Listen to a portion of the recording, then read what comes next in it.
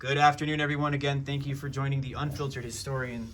This one's not live, this one is pre-recorded, but we wanted to show you guys just an amazing view outside of the War Department Tower, facing down the very infamous Bloody Lane, or Sunken Lane.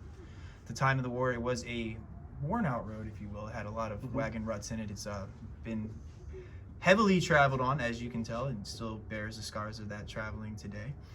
But we're not here to talk about what traveled on it. We're here to really talk about what transpired on it. So I'm going to pass the camera to Tim to point out here, and he's going to tell us a little bit about what's happening in front of you.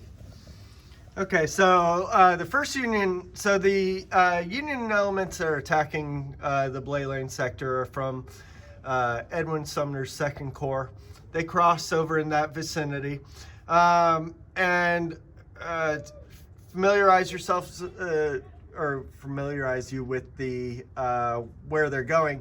One division under Sedgwick makes for the West Woods, which is, if you see in the distance, you might be able to make out the New York Monument, the Visitor Center there at the top of the hill. The woods that are beyond that are the West Woods. So Sedgwick goes that way.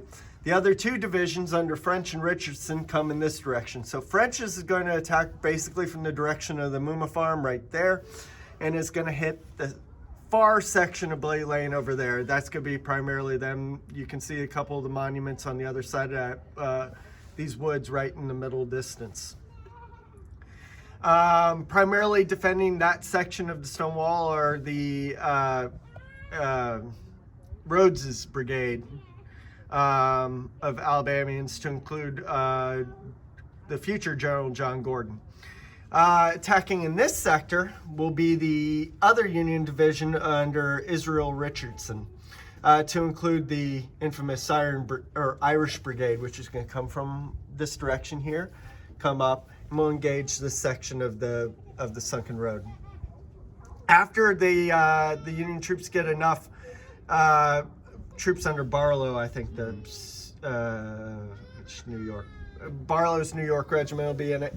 They'll fire down the lane, they'll get artillery over in this direction, and they'll basically turn this natural fortification into a death trap. Eventually, the Confederates will fall back in this direction.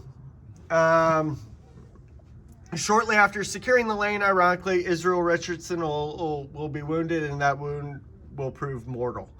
So that's kind of a quick overview here at Bloody Lane. Pass it back to Tyler for any comments he may still have. Thank you. Which one? The long street. The boot, the battery. Just to end the video here, I do want to show you guys a view and just kind of a panorama of the War Department Tower here. I believe it was put up in the 1930s, if I'm not mistaken, but I've been serving visitors for quite a long time. It's recently 1890s. opened. 1890s, excuse me. I was way off with that one. Go ahead and move this way. Over your head. Anybody else see that cloud of smoke coming off the mountain there? It's interesting. And we'll end with this site here, folks. Tim, thank you again for your narration there. It was much appreciated. We'll see you guys again at the next stop.